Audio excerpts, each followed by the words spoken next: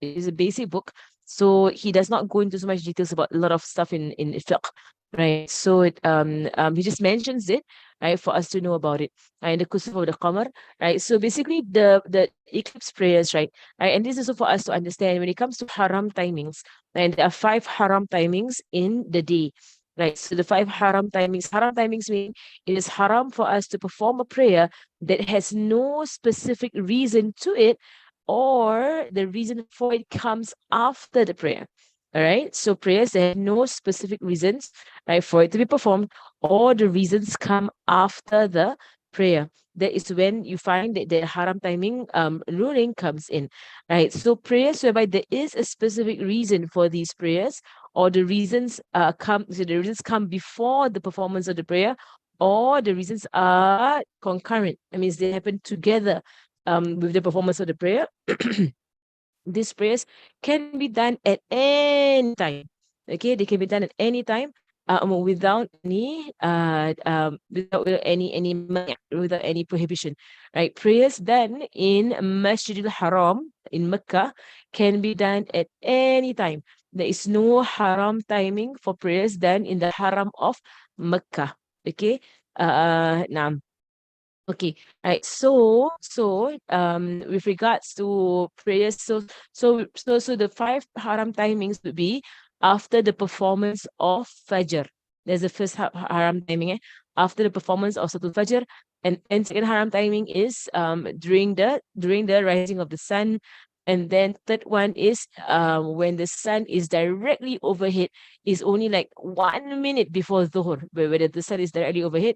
And then the fourth one is after the performance of Asr, right? And the fifth one is at the point where the sun sets.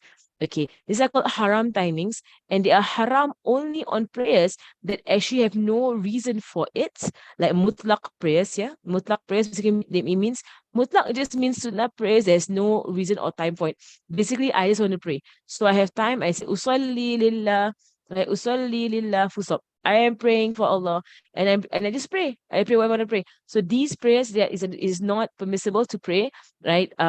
During haram timings, right? Prayers whereby the reason for the prayer comes after the prayer.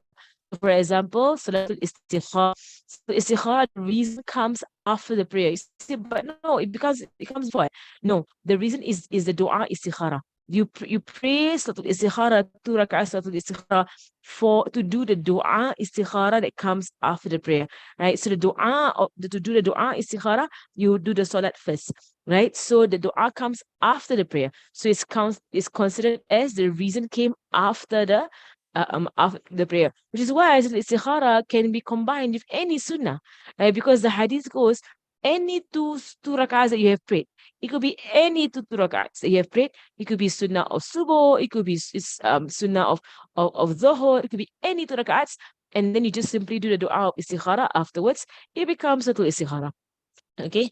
Hajat also, the reason came after the prayer, right? The reason of the prayer comes after the prayer. With regards to Sunnatul Ihram, there's 2 rak'ahs before doing Ihram, before intending Ihram, there are 2 rak'ahs, right? So these 2 rak'ahs, they are sunnahs that come before you go into Ihram. All right. So these ones also, the reason comes after the prayer. So therefore, you can't pray these prayers during haram timings. All right. So prayers whereby the reasons came before the prayer. For example, Tahiyatul Masjid. Tahiyatul Masjid, the reason came before the prayer because you enter the masjid, then now it's time to pray Tahiyatul Masjid. Okay. For sunnah of wudu, you perform wudu, then now it's time to perform sunnah of wudu, right? With regards to qada prayers, of course, qada prayers, the reason came at the point of the prayer time coming in. With regards to rawatib, right, sunnah qabliya and ba'diya, means before the fardu prayer, after the fardu prayer, right? The reason came with the coming of the prayer timing. So all these prayers can be prayed at any time. There is no timing for it. There is no, you can't say, oh, haram timing. No, you can't. There is no haram timing for it. And also kusuf and khusuf, which is eclipse, right? Eclipse prayers. The reason for the prayer is concurrent with the prayer. It happens at the same time as the prayer. right? So therefore, you can pray at any time. Okay, so just to repeat the principle, with regards to the five haram timings, the five haram timings are only haram for prayers whereby it has no reason for it, or the reason comes after the prayer. Okay, so no reason prayer will be mutlaq. Right? Reason that comes after the prayer will be Suratul Ihram, Suratul Ihram, Suratul Istikhara, Suratul Hajat, right? Suratul Shukr, right? All of this, the reason comes after, right, the prayer. Whereas for prayer, so by the reason came before the prayer or is happening during the prayer, there are no haram timings for it. Right? There are no haram timings for it. So, for example, if I want to pray my Qabliya Subo, like after my Subo, very well, no problem. You can do that, right? I could pray subuh first because maybe, I want to catch a Jum'ah. Then there's still time before sunrise. I can very well pray my Sunnah subuh after my Fardu subuh. But if you say, what if I pray my Fardu at the very end of subuh? Means I woke up late, for example, and I praying subuh at the very end of subuh. And when I finish subuh, the sun is about to rise already. Isn't the sunrise a haram timing? Someone might ask that, isn't the sunrise a haram timing?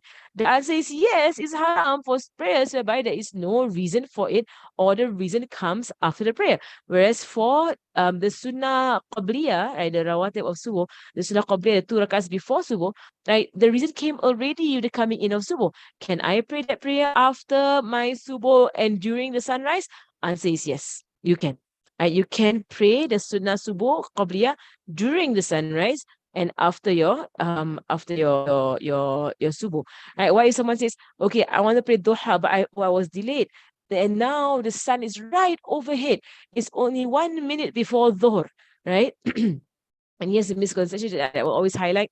People think that the sun right overhead happens at 12 noon. No, it does not. It does not. Right. Depending on which part of the world you're in, and what's the season at that time. Like in Tarim now, Zohor itself is 11:45. Right, 11:45 is our Dhuhr. Right. So it's impossible for the sun to be overhead at 12 noon. Right. The sun has gone, moving towards its sunset already, after Dhuhr. Right. So Singapore Dhuhr is around 1:15, around there, 1:10, I think so. Right. Which means that the sun is directly overhead around 1:09. If Zuhur is 1:10, right? Because Zuhur is literally the sun moving off of its midpoint. The moment the sun moves off its midpoint is Zuhur, right? So it's impossible for midday to be far away from Zuhur timing. It's only like 1 minute, right, from Zuhur, that is midday. Right? It's a very, very, very brief timing, right? So, but if let's say, for example, someone's like, okay, I didn't get to pray Duha just now, and now it's like almost Zuhur. Should I pray Duha? Answer is yes. Answer is yes. You can very well go ahead and pray. Right? There's no problem with that, because the reason for Duha came with the coming in of a time for Duha. Okay, that's all it is. Okay, right. So we're gonna continue, right, with Allah.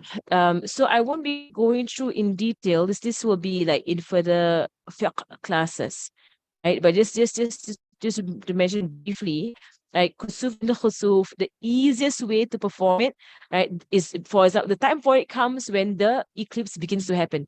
So the moment you see the sun change, the disk of the sun, the disk of the sun or the disk of the moon, right? Because lunar eclipse only happens with the full moon. It does not happen with crescent moons or gibbous moons or whatever. It happens with only full moons. So the moment you see the shape of the moon or the sun begin to be distorted or changed, right, that is the starting of the eclipse prayer.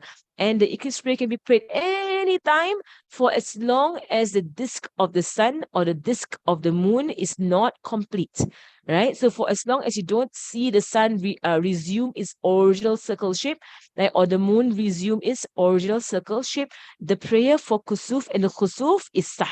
You can pray either one, right? I mean, for the eclipses. And also these prayers are done, the simplest form is 2 rakats. just two plain rakats, like two normal rakats. Okay. Of course, there's a sunnah of lengthening it, right? So try and read long surahs in these two rakats, two normal rakats. There is another way of doing it whereby there are two ruku' and two standing in each rakat. So it's still two rakats, right? But you stand.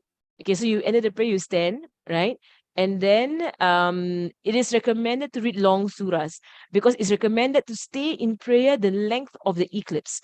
And eclipse takes about an hour to finish, right? So it's actually recommended, right, that you remain in salah the entire length of the eclipse, right? So you stand.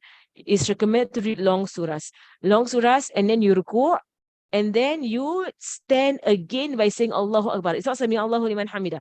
After the ruku', you say Allahu Akbar, and you stand again and you recite Fatiha and another surah again.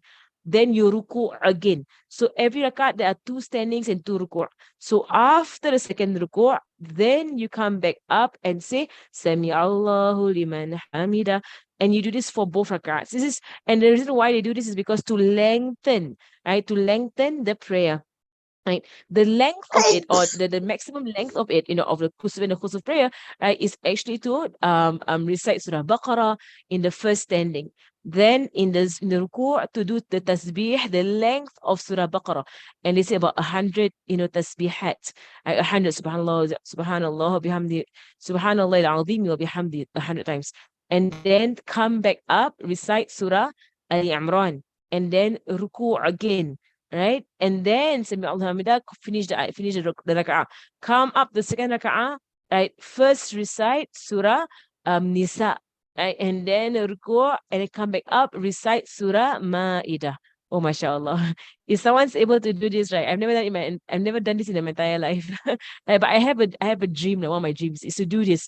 There's one time in my life, because we've learned it, right? We've learned this method of doing, kusuf and khusuf or the eclipse prayer in this way. Surah Baqarah, Surah Ali Imran, Surah Nisa, and Surah Ma'idah. The four standings, you literally have finished 5 juz of the Quran, 5 or 6 juz. It is possible to be done, right? MashaAllah. So one of my goals in life, goals in life is maybe one eclipse. I don't know when I'm going to do this, right? One of the eclipses that ever had that happen, I'm going to try do this. I do this, because just for the sake of having learned the knowledge, like just to put it into practice one time, just one time, right? And then the ruku' is 100 zikr, or subhana rabbiyal azim wa bihamdi. Then the sujood, right, also the same length. So you hold your ruku' and your sujoods the same length as the surah that you recited. Then the second rakat is shorter, you do 70, and third rakat is shorter, you do 50, and the fourth rakat is shorter, you do 30. Okay, right? So Naam. Right. So that is the full kusuf and khusuf lah, if you want. Right. Most of the time, in most masjids, they don't actually do that because it's too difficult on people. Can you imagine like 2 rakats and you finish 5 juz of the Quran?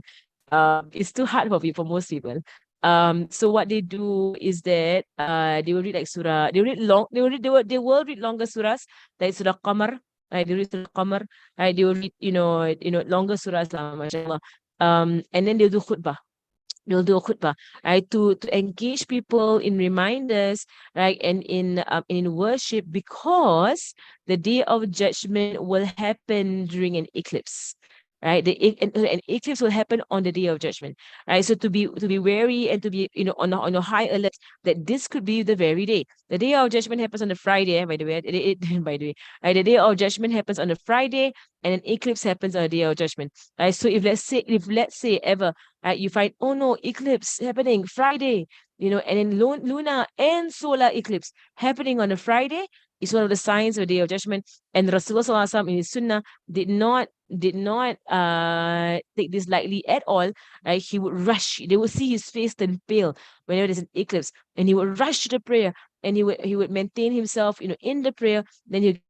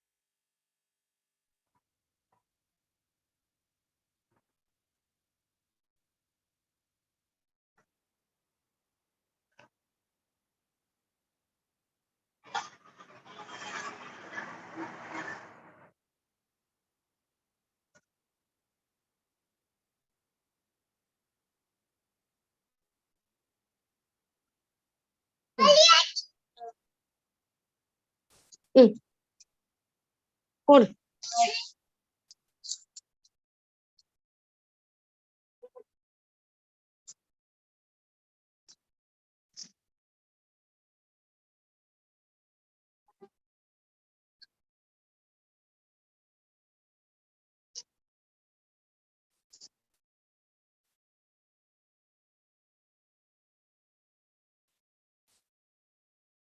Ừ.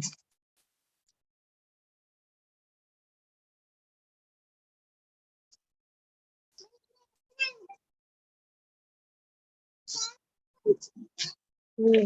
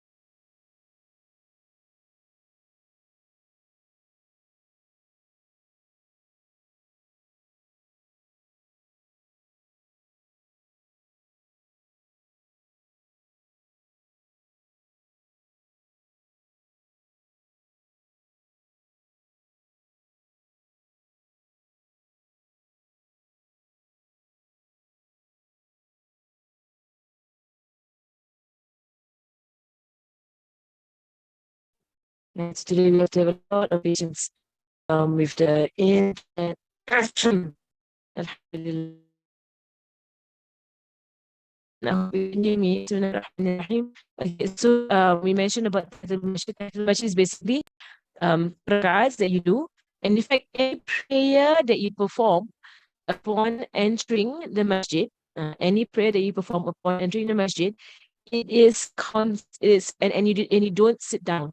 Okay, so any prayer any prayer you perform upon entering the masjid before sitting down is called the Hatul Masjid. So you don't have to pray a prayer that is specific, like a specifically to a prayer that is you don't actually have to. So even when you enter the masjid and you pray a fardu prayer, means you go right into the fard with the imam, or you're praying a sunnah qabliya, for zuhur or for asr or for maghrib or for Isha or subuh, right? Your tahatul masjid is understood within the prayer. Some scholars say even without niyat, some scholars say with niyat. Right. So tahatul masjid is basically any prayer that is performed upon entering the masjid and before sitting down to rest. Okay. If you can't enter the masjid, right, and I know it's can be a possibility, if you enter the masjid and you sit down to put on your socks or to put on your prayer garments or whatever, right, it is still you can still perform that masjid. Right? So it just means that basically you have not rested in the masjid. So you just came in and you're doing things to prepare yourself for the masjid for the salat. And you pray a salat, any salat, any salat. Right? So it can be a fard, it can be a sunnah, it can be any salat. So some scholars say you have to intend tahtul masjid. Some scholars say you don't have to intend. It counts for you. Whichever the way, usually for me, I would intend tahtul masjid. So whatever I pray. So it's not a prayer mustaqillah. A mustaqillah meaning by itself.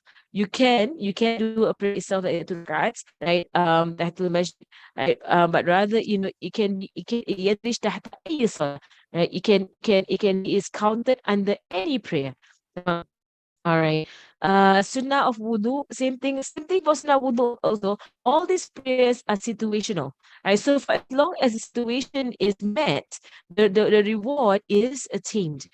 So for as long as the situation is met, the reward is attained, right? So sunnah wudu is the performance of wudu, right?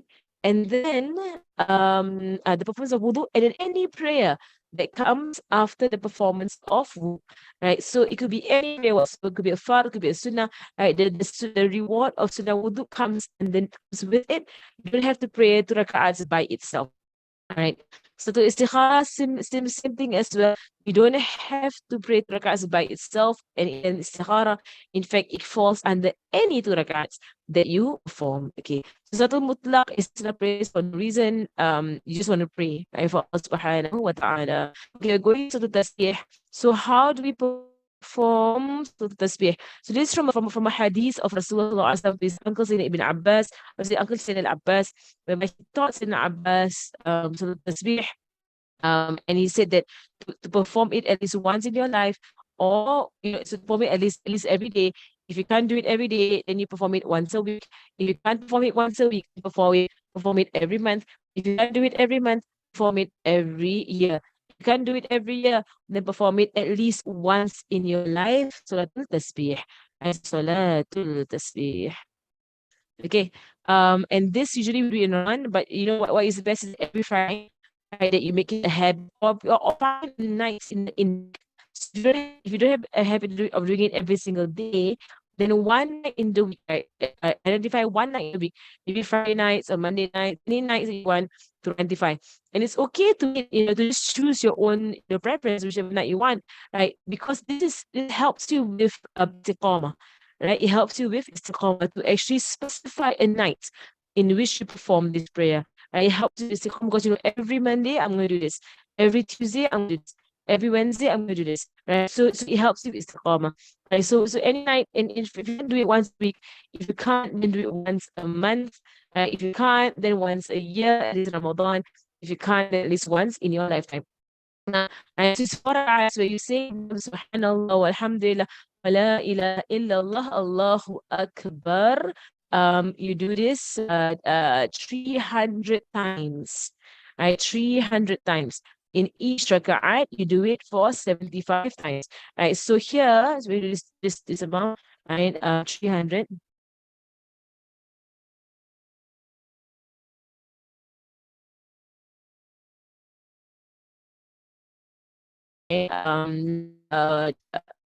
this with which makes it 75 times per rakaat. Okay, per rakaat. Right. So 75 times 4 is 300. Altogether times, which is why if you forgot of your Salat tasbih, if you forgot to say it or make it up later on, right? So or it may be too fast, always make it later on. Because there are two ways of doing it, right? The two ways of doing it. I'm going to mention one of it first, right? So the first method, okay, the first method,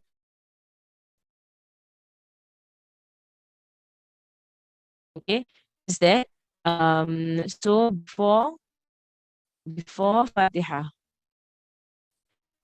okay, so before Fatiha, before you recite, so upon right after the ihram. Alright, so the book is doing the other method first. It's another method as well. Okay, so I will take the other method first. Okay, the other method first.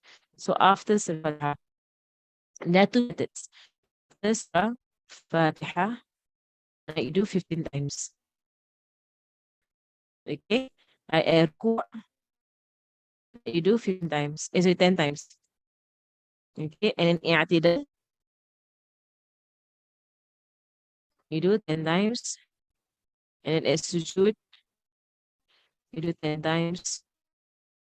And then sitting between the two sujuds, right? Then right, the second sujud, sorry, first sujud, right? And then second sujud, right? 10 times, okay? And then sitting to rest before standing, okay? 10 times, all right? Right, so there's ending or if it's in your first rakat, right? Or after tahiyat.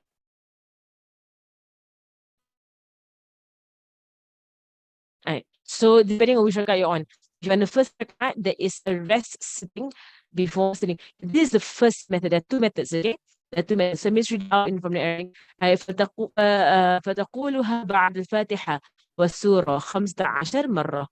ثم تقولها في الركوع 10 وفي الاعتدال 10 وفي السجود في السجود الأول 10 وفي الجلوس بين السجدتين 10 وفي الجلوس الثاني 10 وفي جلسة الاستراحة أو التشهد 10 فهذه 75 تسبيحة في ركعة وتقول مثل ذلك في كل ركعة وقد علمها النبي صلى الله عليه وسلم لعمه العباس هذا حديث السياقي رضي الله عنه وذكر له فيها فضلا عظيما منه قوله لو كانت ذنوبك مثل زبد البحر الرمل العالج غفر الله لك وورد أنه صلى الله عليه وسلم يا عمي ألا أعطيك ألا أمنحك ألا أحبك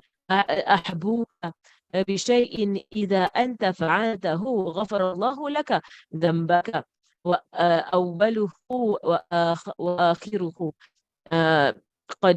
قديمه وحديثه خطأه وعمده سره وعلانيته تصلي 4 ركعات الحديث ثم قال تاج السبكي وغيره من العلماء لا يسمع بفضلها العظيم ويتركها إلا متهاون بالدين تهاون بالدين وقد ورد في حديثها إن استطعت أن تصليها في كل يوم مرة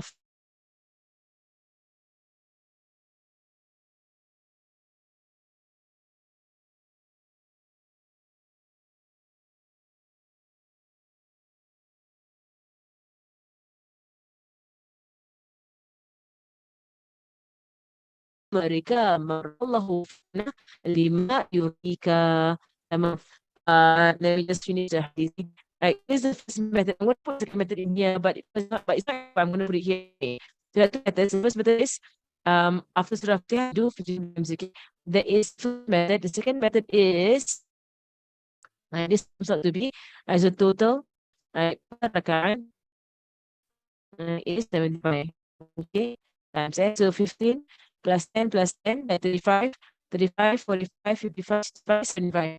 The amount of total per rakaat is 75 times. Okay, the other method, method 2, is before Surah Al-Fatiha, right, is 15 times. Okay, then after Surah Fatiha, so it's after Surah Fatiha and Surah, okay? And the Sunnah Surah. Okay, so before, after Surah Fatiha and Sunnah Surah 10 times. Then is as the first method, except for the last part. You don't actually do it for the second thing. So it's only until sujood. Okay, because you brought forward the extra 10 standing. Why? Because scholars do not see that it is permissible to lengthen the sitting of between rakaat and rakaat. There's a sunnah where for a while, brief moment, they stand up for rakaat, right? As scholars, it is permissible to lengthen these brief moments. So they put the extra 10, they put the standing. Okay, now let me just write down the hadith and answer questions, inshallah. Right, so naam. So and Rasulullah Sallallahu Alaihi Wasallam has taught this to his uncle. Uh, so and وقدم النبي صلى الله عليه وسلم لعمه Abbas, right, and Prophet of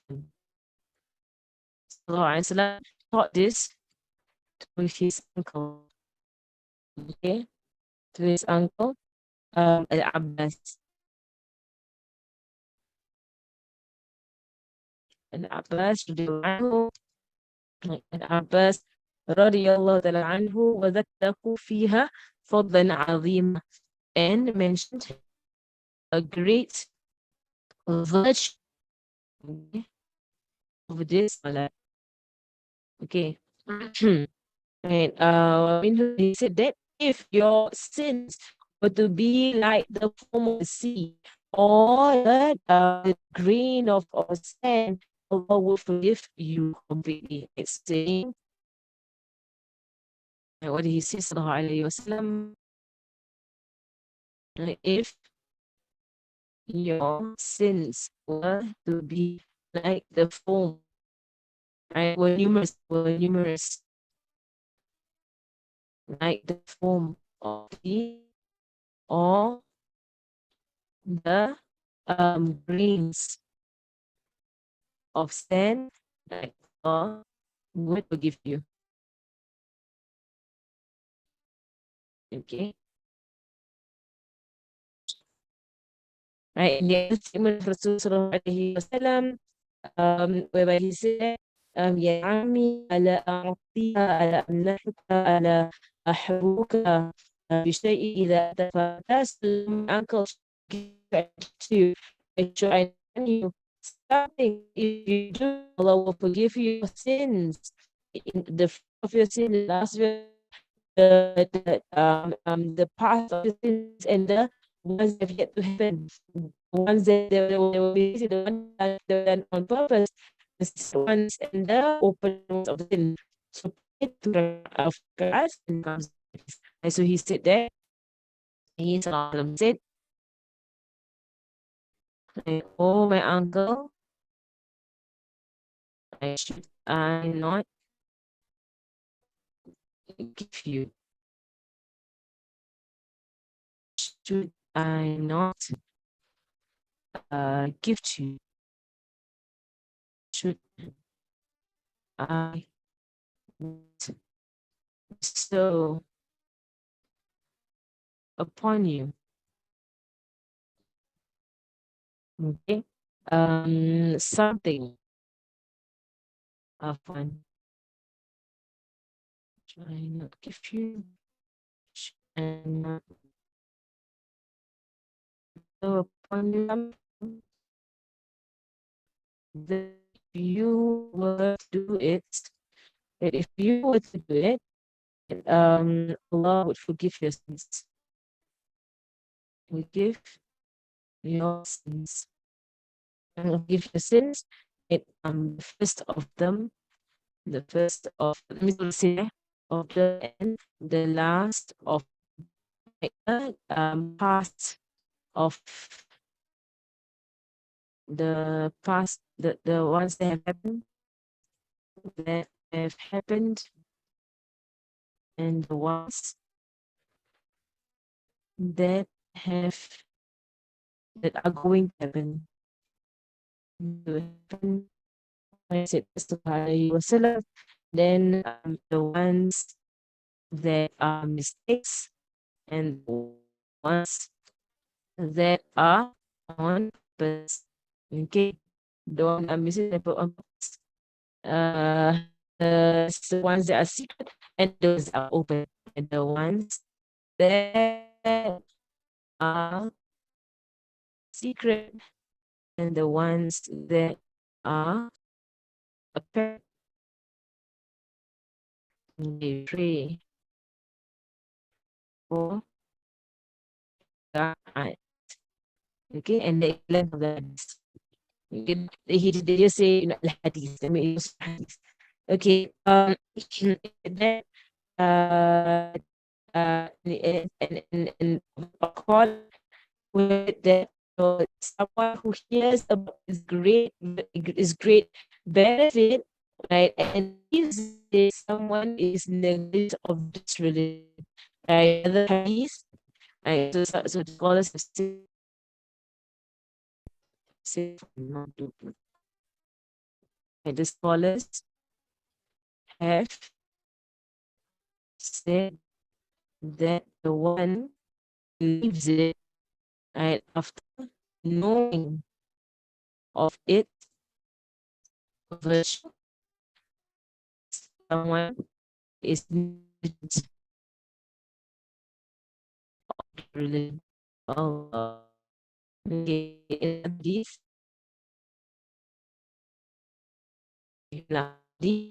استطعت تصليها في كل يوم مرة فعال. Right, so this is one that I mentioned now, right? If you are able to pray, right, to pray it once every day, then do so. Actually, it's not hard, So tasbih is very it's not long at all. It's actually serious, it's long, it's not. Okay, it's not long. Right? If you're able to pray every day, then do so. Right? If not, then فعل فإن لم تفعل ففي كل جمعة مرة, and if not, then once every Friday. Today's Friday. Friday.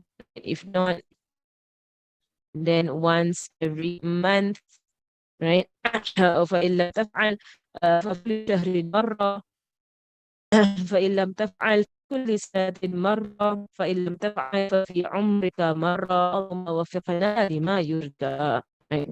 And once every month, and then every year, and once every year, and then once every year, and then if not once in your lifetime. Okay, this is the Solatul Tasbeeh. Inshallah, and he's saying, Allahumma wafiqna lima yurdika. Right? Allah grant us ability, tawfiq, right, to do what you have, what you are pleased with. All right, right. So okay, so now I'm going to he does this thing, which I like what I like it when they do this, but he had a full description, So after having taught all of this stuff, in fact, go through it over time in a full description. So, step by step, of it. reference, inshallah. Okay, it's a question here. Question here. What should clarify would identify of an assumption for women of ages who are prone to vaginal gas. Even because okay, so another question. So someone said she asked a question about vaginal gas. It seems that different studies are advisory which is to sanitation. Okay. Basically, first and foremost, I had to answer this question. First and foremost, our laws of fiqh, right, with regards to the madhabs, laws of fiqh, and I'm going to emphasize over again, right, whatever of the asatiza give you a ruling, right, there has to be a marja, right, marja, which means a reference. Where is this reference? Because I found that some asatiza see things and there's actually no reference. There's actually no reference, right? I can give you the references. In case something I can confirm for you, I can give reference, right? For the answers that I'm giving, right? So to prove I'm not, you can't make up the religion. It's I'm not making it, right? Also, it's not my opinion, and it's not me being extra strict. I know, right? It's books of fiqh. It's the books of fiqh. So I'm just reading. Answer to the question of vaginal gas that vaginal gas comes from the womb by your wudu. So it has to come from the womb. That is the key. And the key is the gas comes from the womb. Okay. Women, a lot of women, they think they're getting vaginal gas, but they are not, right? Because vaginal gas is not normal.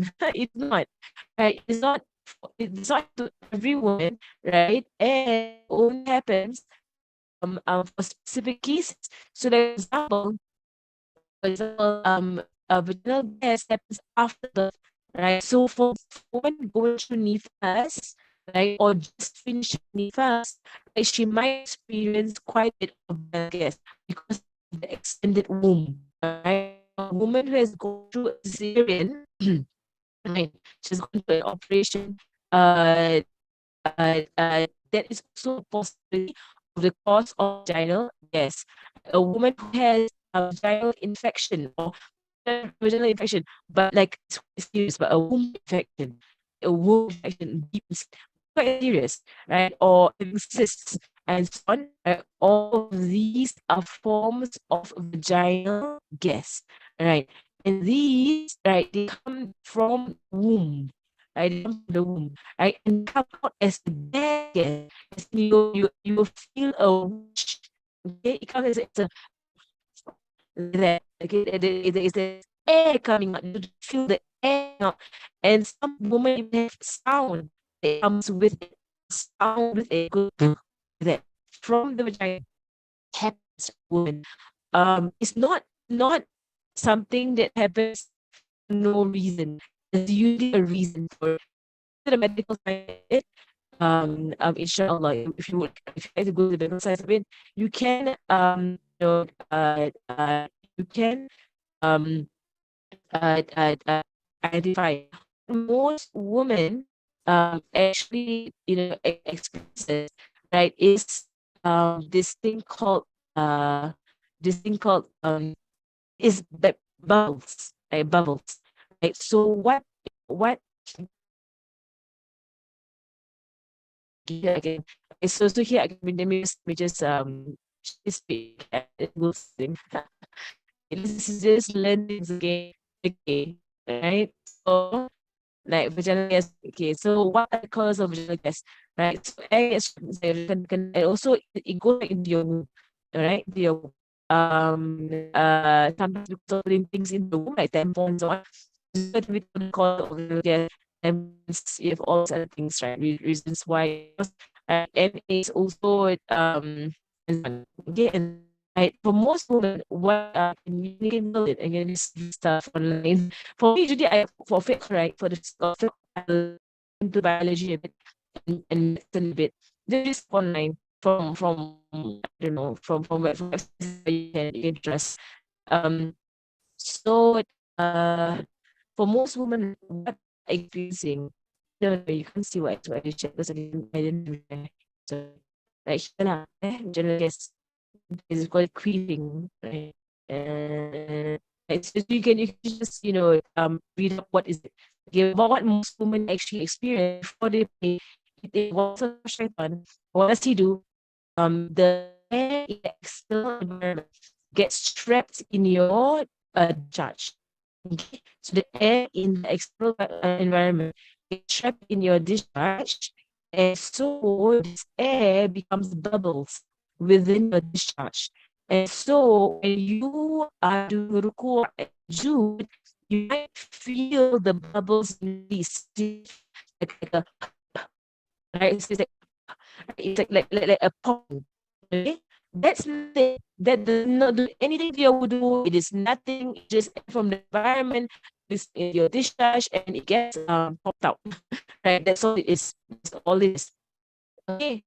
Right. So myself personally, like, I have never experienced in life. Alhamdulillah, never in my life get from my friend. Never in my life. Ever. The bubble tea, in fact, you know what? They disappear when you ignore them. So you know messing with you. I used to like very, aware of the bubbles. Like when you jut and you ruku, you feel it popping, your vagina. It's playing with you. He's fooling around. Okay, so queef, right, which is gas from the womb, it comes out as first there's a sound for it. There's a sound for it. Right? And that nullifies the wound. Definitely nullifies the wound. Like, difference of opinion. Difference of opinion. Okay. It's bad. Oh no. The audio interference. What is audio interference? Yeah, yeah. You might hear. Bismillah. We'll try something else. Mm, I don't know how to help this.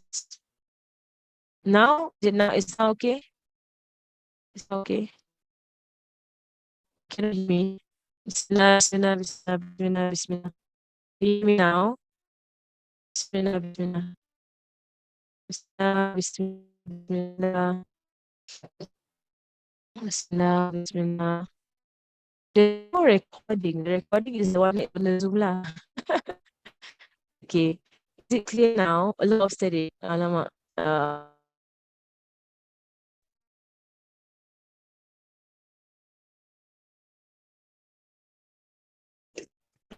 Now, this is better. Let me see if I can change this. Okay.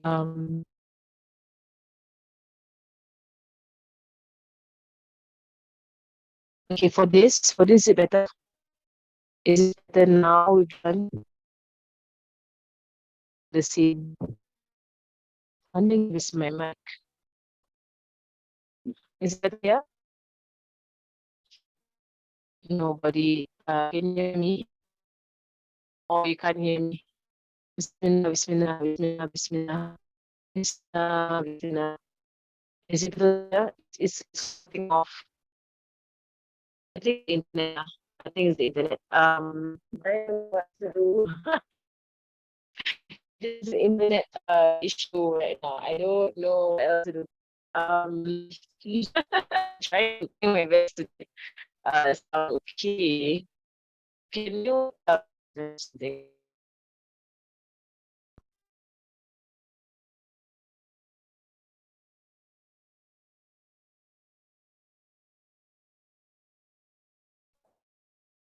Okay, Bismillah, let me try again. Is this better? Is this better? Oh, different. Still find a few things to do. Um, I the thing that I don't think the recording is gonna be any different because I'm recording through Zoom. So I actually don't think the recording will be any different. Um, okay. I have Tabila in case, some experience or did this happen or just from just now my voice is weird. Yeah. Anyway, I think there's a difference with the recording because I'm recording through Zoom. Okay. Bismillah, Bismillah, Bismillah, Bismillah, Bismillah. Allah, Ya Allah. You can from the beginning. I couldn't hear it all the way from here. Okay. All the way from here, is it?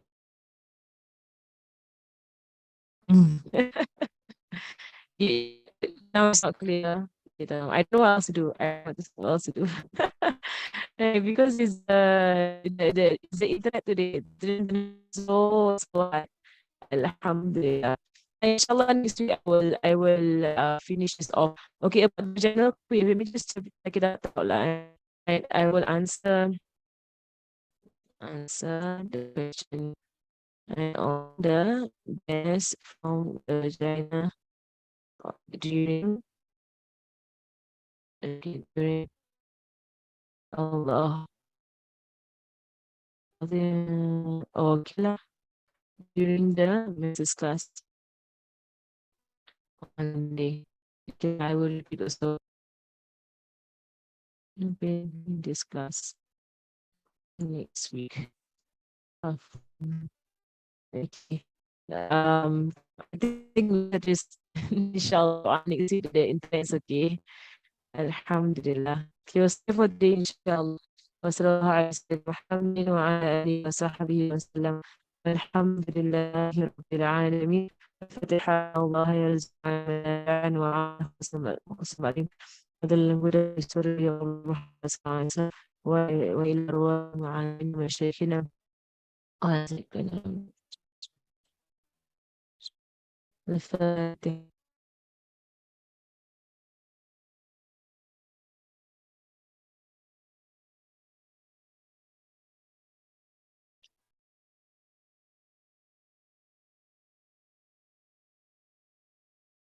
أنا أستغفرك والسلام عليكم ورحمة الله وبركاته.